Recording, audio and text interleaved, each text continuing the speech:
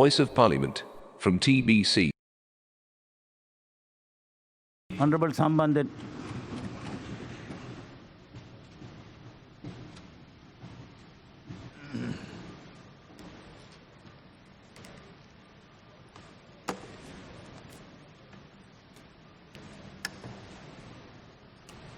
Thank you, Mr. Speaker. We are debating the proposed 20th Amendment to the Constitution.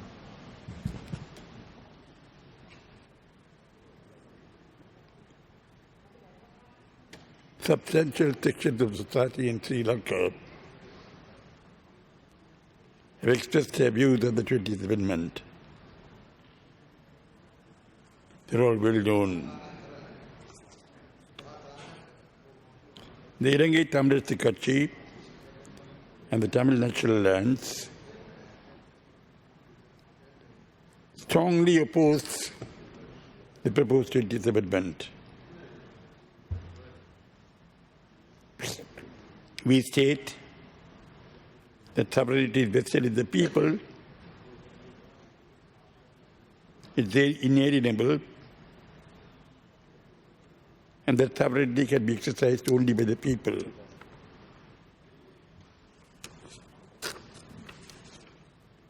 Sovereignty of the people, sir, is defined to include powers of governance, legislative, executive and judicial, fundamental rights, and the franchise.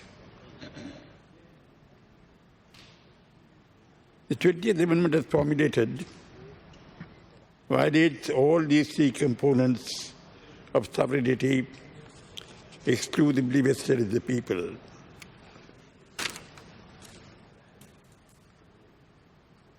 Legislative, executive and judicial powers are violated. So are fundamental rights of the franchise. Within the short time available, I propose to deal with only some of the main features, some of the more blatant features.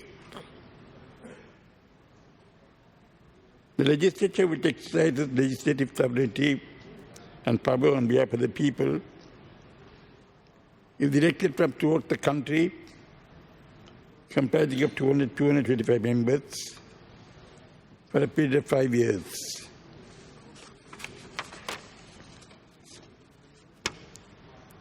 Provision for dissolution at the discretion of one individual prior to the expiration of a legitimate term, maybe 1 year or 2.5 years, is tantamount to the sword of Damocles hanging over the heads of the legislatures, and is a serious curtailment of the independence of the members in the exercise of legislative sovereignty on behalf of the people. Curtailment of the functions and powers of the Prime Minister and ministers who are collectively responsible and answerable to Parliament, the legislature, is again a gross violation of the legislative sovereignty of the people. Independent institutions such as the Elections Commission, the Human Rights Commission, the Judicial Services Commission, the Public Services Commission, the Police Services Commission, and several other institutions play a crucial role in ensuring good governance. It is harmful and undesirable that the appointment and removal of the chairman and members of these institutions are at the sole discretion of one individual and not the result of collective thinking by a group of well-informed and independent persons. This has a seriously diverse impact on both the sovereignty of executive power and the fundamental rights of the people, which is also a component of the people's sovereignty. Similarly, the appointment of the Chief Justice and other judges of the Supreme Court, the President of the Court of Appeal and the other judges of the Court of Appeal, and the Judicial Services Commission, who exercise powers over the judiciary,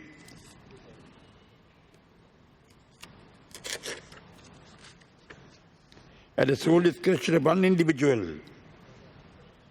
and not on the basis of an independent judgment by some well-informed and balanced people, which can include that individual, in violation of sovereign and judicial and executive power of the people, is unacceptable. Other important officials, such as the Attorney General, the Auditor General, the Inspector General of Police, the Ombudsman, Secretary General of Parliament, all these persons are to be appointed at the sole discretion of one individual and removed by that one individual.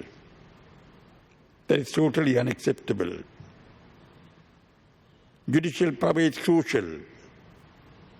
There can be no compromise on judicial power, on the exercise of judicial power. Every effort must be made to ensure that the judiciary are independent absolutely and with no reservation whatever.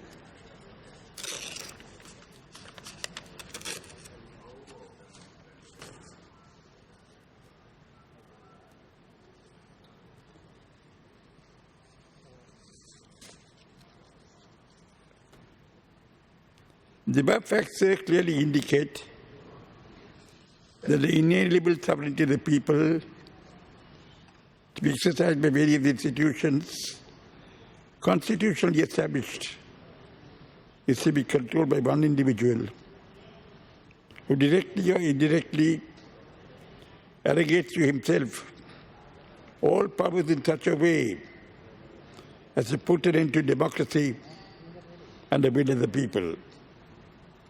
This will be immensely harmful to the whole country and all its people. The whole of Sri Lanka. And if this was to be executed, if this was to succeed, Sri Lanka would before long end up as a dictatorship embracing totalitarianism.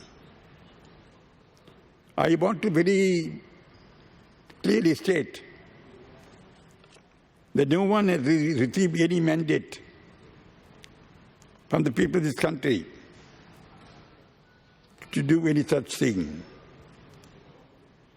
to transform a democracy into a dictatorship or a totalitarian state. No one has received any mandate from the people of the country to do any such thing. If such a mandate has in fact been received, why don't you take the whole of the 19th Amendment before the people and get their approval at a referendum? A victory at an election by whatever majority does not give anyone the right to transform a democracy into a dictatorship.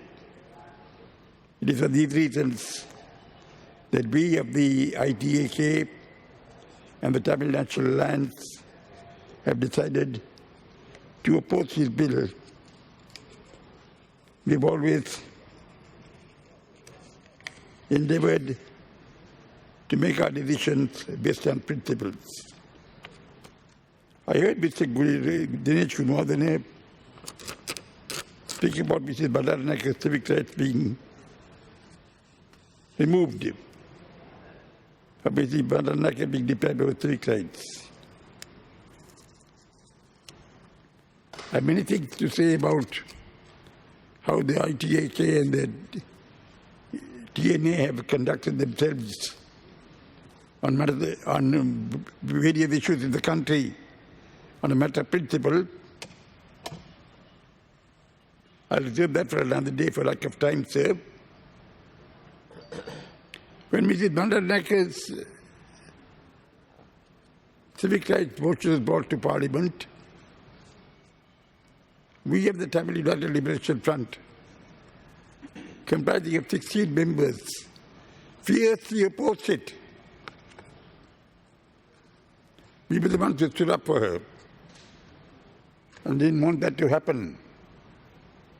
In fact, my leaders, Mr. Amritsarlingam and Mr. Sivasambram, at the end of the proceedings, walked out with her from Parliament, escorted to a car.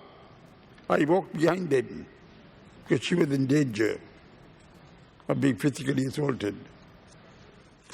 So we have always stood up for the right thing, sir, and we will stand up for the right thing always. There are many matters I want to refer to. I will do that in due course, on some future occasion. It has been publicly stated by the present government that the country will have a new constitution very soon. The Prime Minister and the leader of the House said that in the morning. Before the end of 2021, that is the date you have fixed. The country does not have a constitution at present, approved by the people or with the will and consent of the people.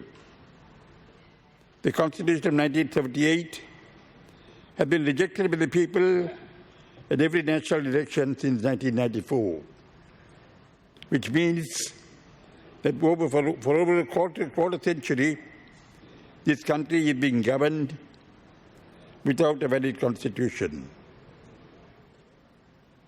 Unilateral practices has happened in 1972 and 1978 in regard to the first and second Republican constitutions should not be repeated. The democratic verdicts of the Tamil people since 1956 in the Northeast must be respected.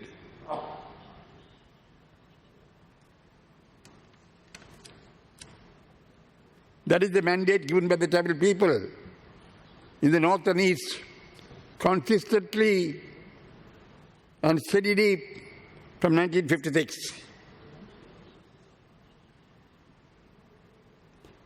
It is the mandate given by the Tamil people, verdict given by the Tamil people in the exercise of their sovereignty, in the exercise of their franchise, and must not be disregarded and must not be disrespected.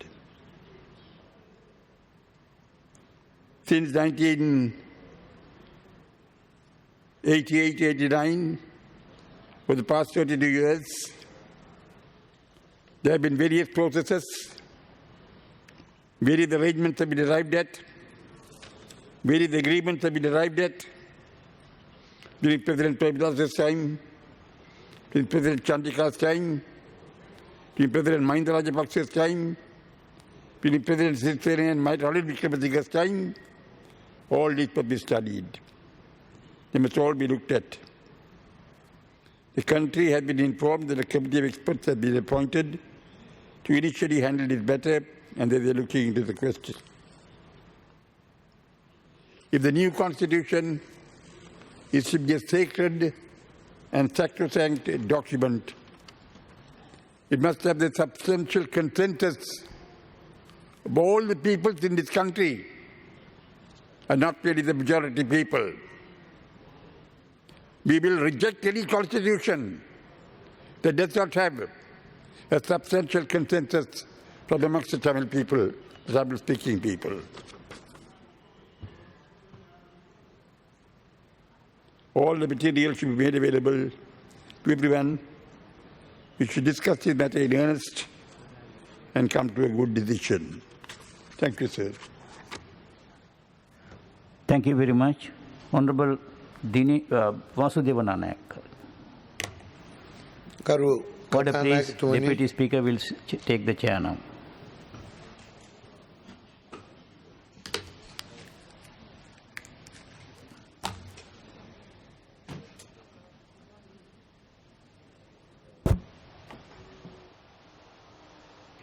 ගරු කෝවින්දන් කරුණාහරන් මන්ත්‍රතුමා ඔබතුමාට විනාඩි 8ක කාලයක් තියෙනවා.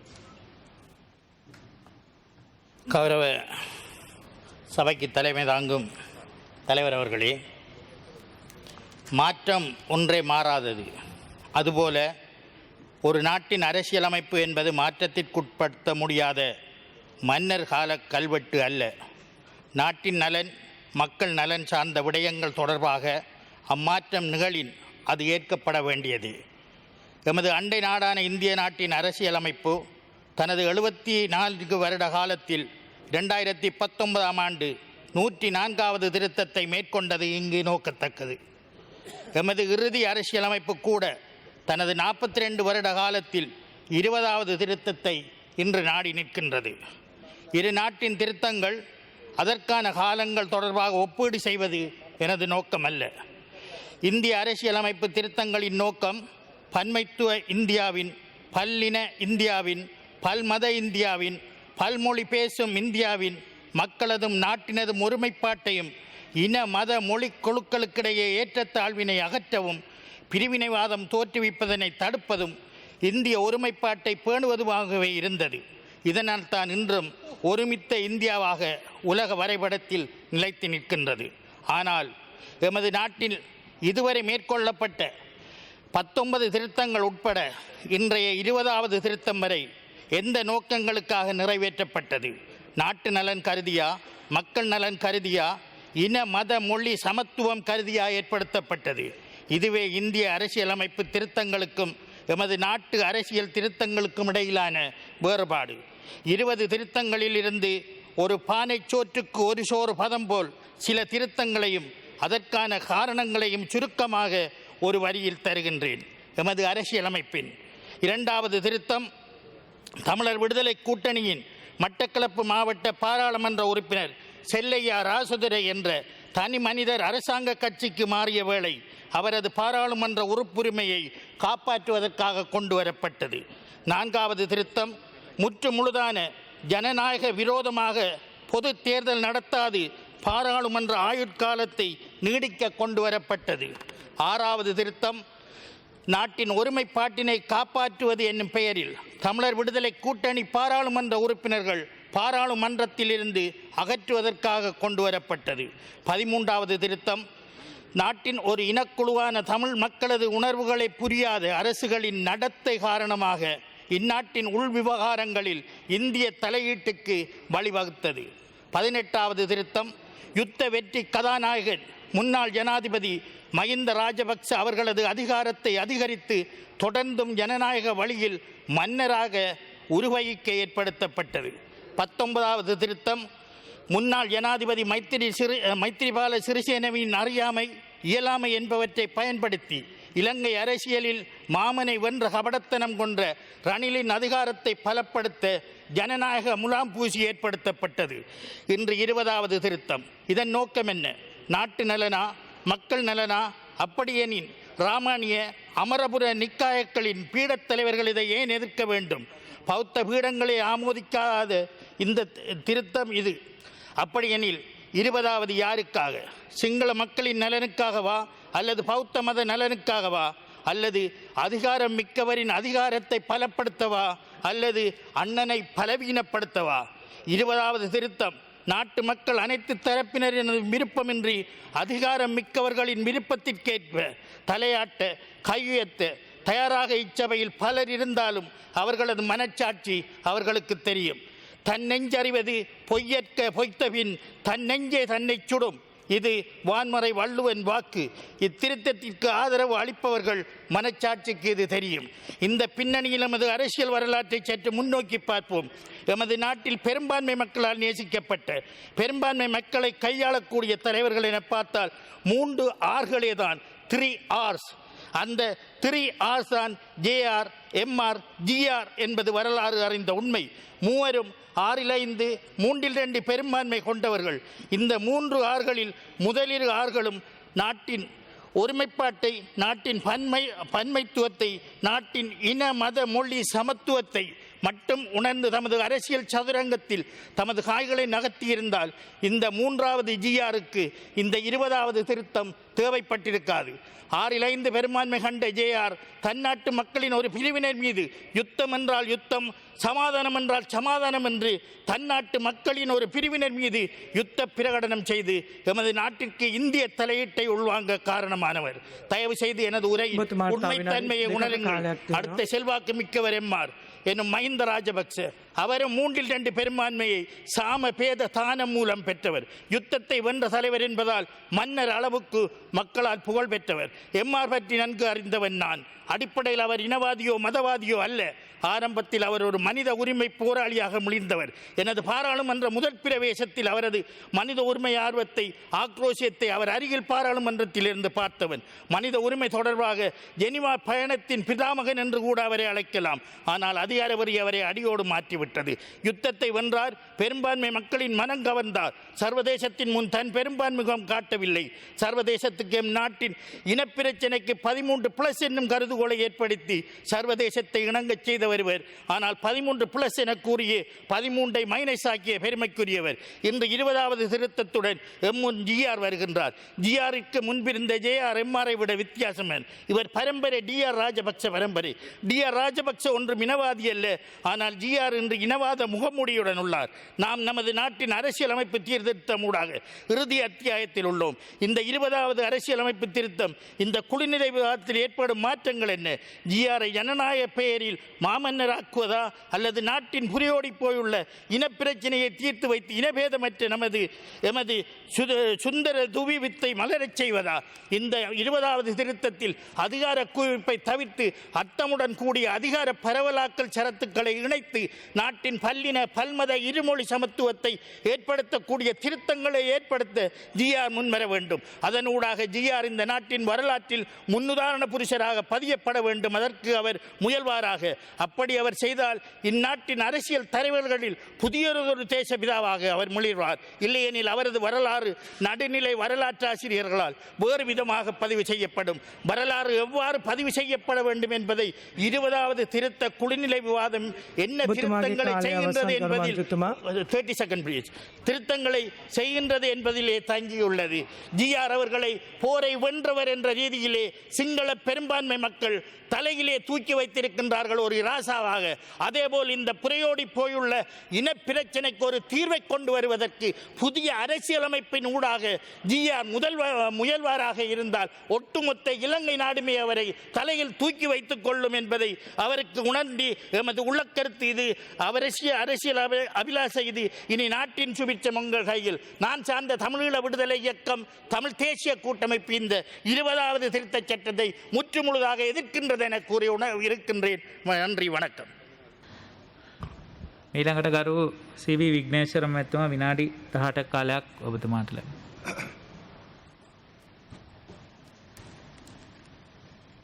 Honorable Chairman, I thank you for giving me this opportunity to participate in this debate. It has been unfortunate that every party which had come to power in the center in this island has been generally legislating to further the self-interests of that party, its members and supporters, forgetting their duty towards all people and the country as a whole. Those who aspire to become a Lee Kuan Yew should shed their partisan predilections if they are to progress. Lee Kuan Yew did not pursue a Chinese Buddhist path. He loved every Singaporean of whatever hue he or she was. Branding the minorities as terrorists might bring vote from the majority, but it would not help to take the country forward. There would certainly be geopolitical and international reaction. It is in furtherance of their attitude of self-interest that those in power today are bringing in this 20th amendment to clothe a single individual with enormous powers. This would for sure strike the death knell to democracy and human rights in this country. The world civilization in its onward march searches for ways and means to improve democratic principles and work towards human rights, equality and reconciliation among contending factions locally and internationally. At this juncture, it is funny that we in Sri Lanka want to denigrate democracy and desecrate the decent dimensions in a democratic way of life. I do not view the paradigm shift taking place or about to take place from democracy to dictatorship as the outcome merely of tanha for office, greed for office. I view it as the preparation for more sinister political activities in the future.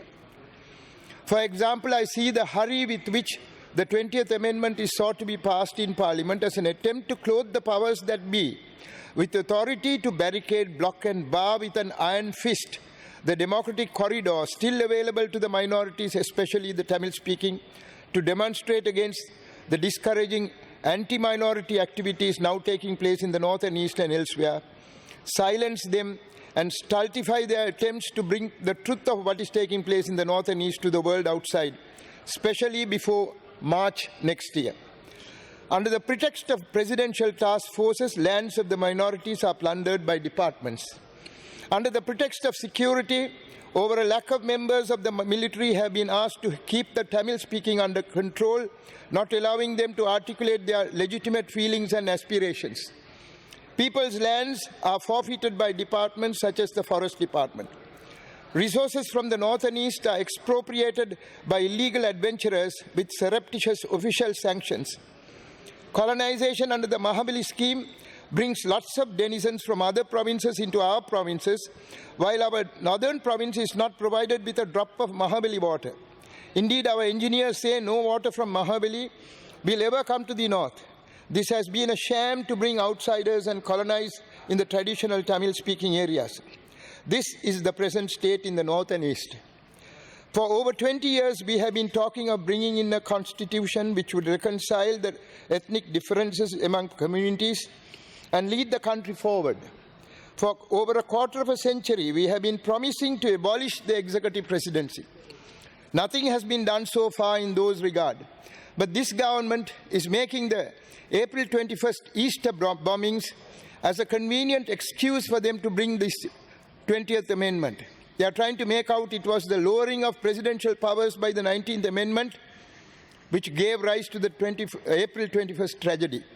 Hence they say, President must have unfettered powers. It certainly sounds humorous to say a criminal or thief could only be caught or arrested if the President is clothed with extraordinary powers. The real causes for the April 21st incident was the carelessness and indifference of the security arm of the law, which has been politicized in recent times. If the judiciary, police and public service had been allowed to function independently, we would not have witnessed the April 21st tragedy. Most countries in the world do not have an executive presidential system. Do those countries always have security lapses? Or do countries who have this system never have had security lapses? Therefore, it is time we thought prudently and pragmatically and got rid of the executive presidential system and make the rule of law supreme.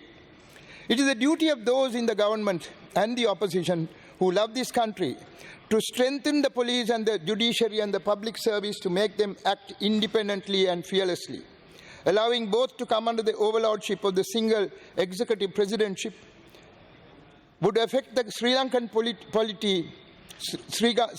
body polity seriously in the future. This government says it intends bringing a new constitution in 6 months. Then what is the great hurry to pass the 20th Amendment? It shows that there are hidden agendas working from behind. Let me point out an example. This government says the 20th Amendment, as amended by the proposed committee stage amendment, seeks to amend the powers of the Auditor General by removing the constitutional requirement that the Auditor General should audit companies in which the government or a public corporation own more than 50% of the shares. There is a lingering question as to why the Presidential Secretariat and the Office of the Secretary to the Prime Minister were taken out of the purview of the Auditor General in the bill and why they are brought back in through the committee stage amendments. Nevertheless, the most important question in any event is why are government-owned companies taken out of the Auditor General's constitutionally mandated audit? This question takes special significance when one looks at the argument put forward by the state in the Supreme Court. I quote from page 59 of the document SCSD 1-39 2020 handed over to us yesterday. I quote, "The Attorney General submitted that the mere absence of reference to any class of institutions in Article 154 per se does not preclude Auditor General exercising his powers and carrying out the audit of such institutions. He contended that Section 55 of the National Audit Act number 19 of 2018 defines what an auditee entity is, and any entity listed therein does fall within the purview of the Auditor General, close quote. The Attorney General then goes on to explain that companies in which the government or a public corporation own 50% or more of the shares, as well as the Presidential Secretariat and the Office of the Secretary of the Prime Minister, are caught up under the National Audit Act and therefore needs no mention in the Constitution. If the government's position is that government-owned companies are caught up under the National Audit Act, and as such it is not necessary to have the requirement in the Constitution, then why did the government bring back the auditing of Presidential Secretariat and the Office of the Secretary through the committee stage amendments? They could have added the companies to the list, but they did not. In fact, if that is the argument of the state, then why have any institution subject to audit listed in the Constitution at all? Why not remove all the institutions listed in the Constitution? After all, the National Audit Act would apply in any case. One may ask, why not remove the Auditor General himself from the Constitution altogether? After all, or so the government argument goes, we have the National Audit Act. Auditing will for sure take place. I find it inconceivable that honourable members of the government with a long history as legislators fail to see the merit in elevating the obligations of the Auditor General to a constitutional level. To me, it is obvious that this is being done with the insidious motive of repealing the National Audit Act after the 20th Amendment is passed. The National Audit Act also provides for the Audit Service Commission, which too is to be abolished under the 20th Amendment. Thus, the 20th Amendment paves the way for the abolishing of the National Audit Act in toto, thus emasculating the position of the Auditor General. What the honourable members of the government should remember is that this amounts to the emasculation of the Parliament itself. The control over public finance is an integral and one could say most fundamental power of Parliament, and it is shameful that that very institution is seeking to undermine its most sacred obligation. Why are government-owned companies being targeted first? The answer is simple. These are the commercial establishments of the state. This is where lucre dwells and is therefore lucrative. No reason has been adduced by the government to remove the audit of government-owned companies. In fact, no argument can be advanced in view of the Attorney General's submissions before the Supreme Court. To now say that there is in fact a reason to remove government-owned companies would directly contradict the rationale advanced by the Attorney General. One must remember that the role of the private sector auditor is a very limited one. Issues such as waste, inefficiency and unlawful largesse are not the province of the private sector audits. It is only the Auditor General who will be willing to probe those areas. The tragedy is not that the executive is seeking to empower itself, it is that Parliament is willingly ceding its control over the executive. Elder brother wants to clothe his younger brother with enormous powers, sir. There are those who advocate for a strong executive on the grounds of expediency. My having first-hand been tasked with acting as the bulwark against executive excesses for several decades, the solution to maintain balance of power is having accountability and checks and balances. Let us assume that efficiency requires the executive being clothed with all manner of powers. Audit, by definition, occurs after the act. Audit does not fetter or impede the executive acts. It merely allows the stakeholders to evaluate the acts that had already taken place. So why this holy hurry to divorce the Auditor General or jettison him altogether? Let us remember, and I say so with responsibility, that those who are working hard today to bring this 20th Amendment and all those who support it today will surely take to the streets tomorrow to fight for the abolition of the same amendment. This amendment you bring today will have a boomerang effect on you, your children, and the future generations of your family. Please do not prick your eyes with your own fingers. My dear colleagues from both sides, Please do not allow this 20th Amendment to be passed with two-thirds majority tomorrow. Let all of us who value human rights, democracy, good governance and peace forget our party differences and personal obligations and prevent the passing of the 20th Amendment. I thank you, sir. Thank you, Honor. බොහොම ස්තුතියි. මීළඟට ගරු එම් රාමේශ්වරම් මන්ත්‍රීතුමා විනාඩි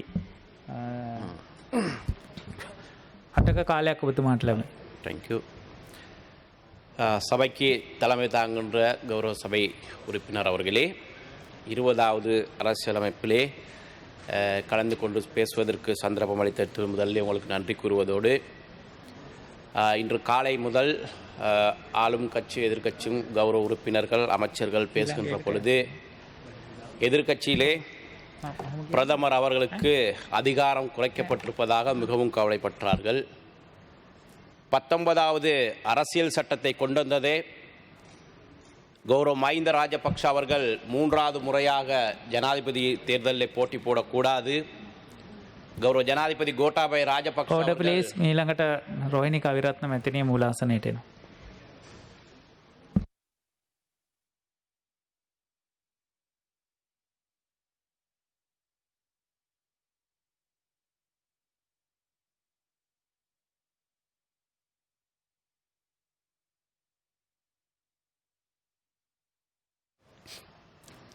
கௌரவ ஜனாதிபதி கோட்டாபய ராஜபக்ஷ அவர்கள் ஜனாதிபதி தேர்தலில் போட்டி போடக்கூடாது. பசில் ராஜபக்ஷ அவர்கள் பாராளுமன்றத்துக்கு வரக்கூடாது.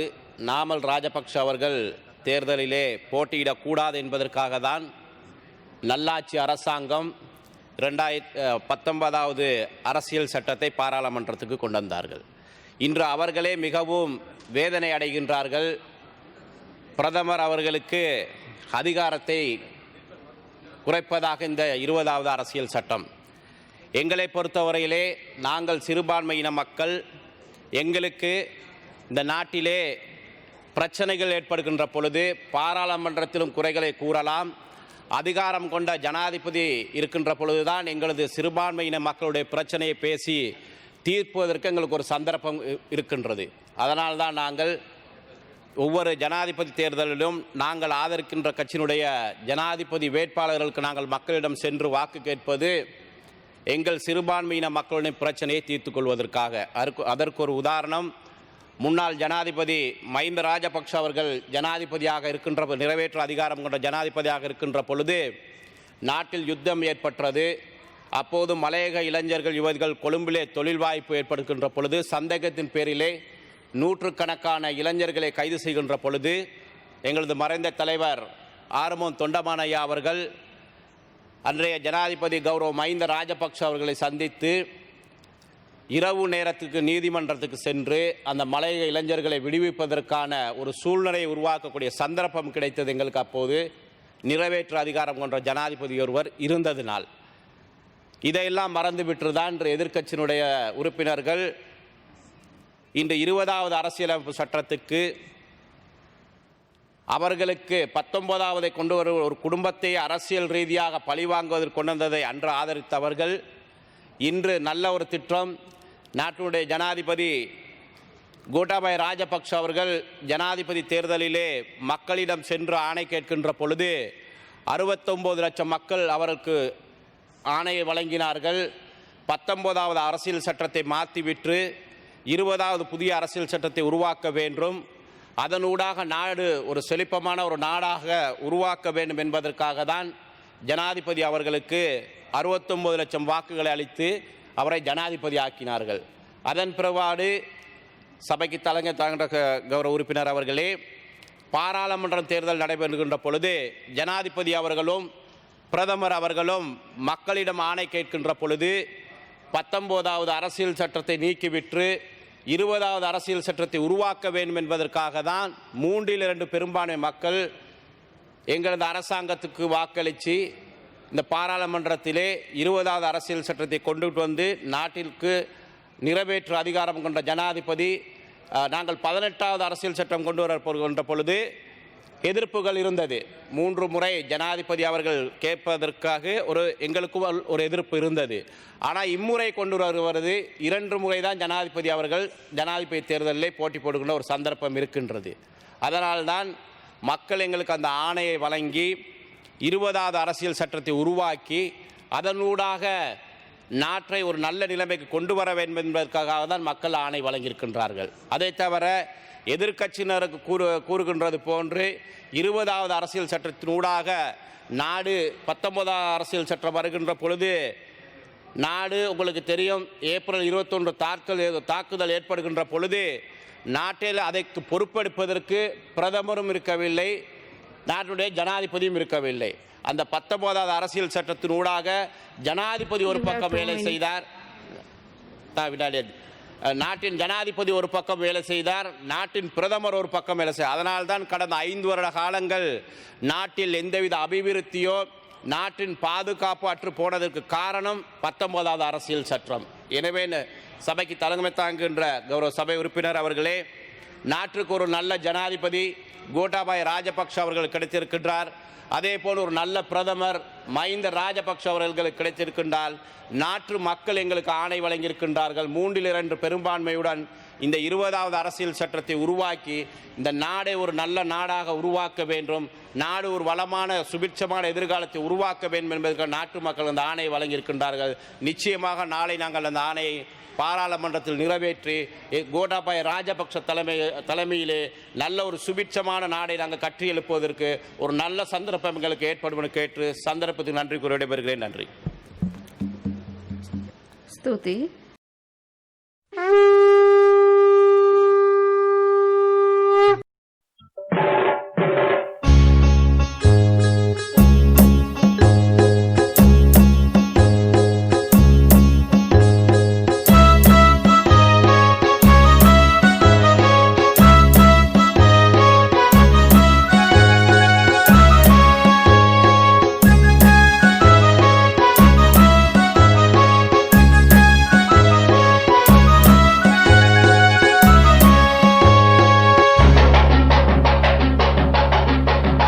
The Voice of Parliament, from TBC.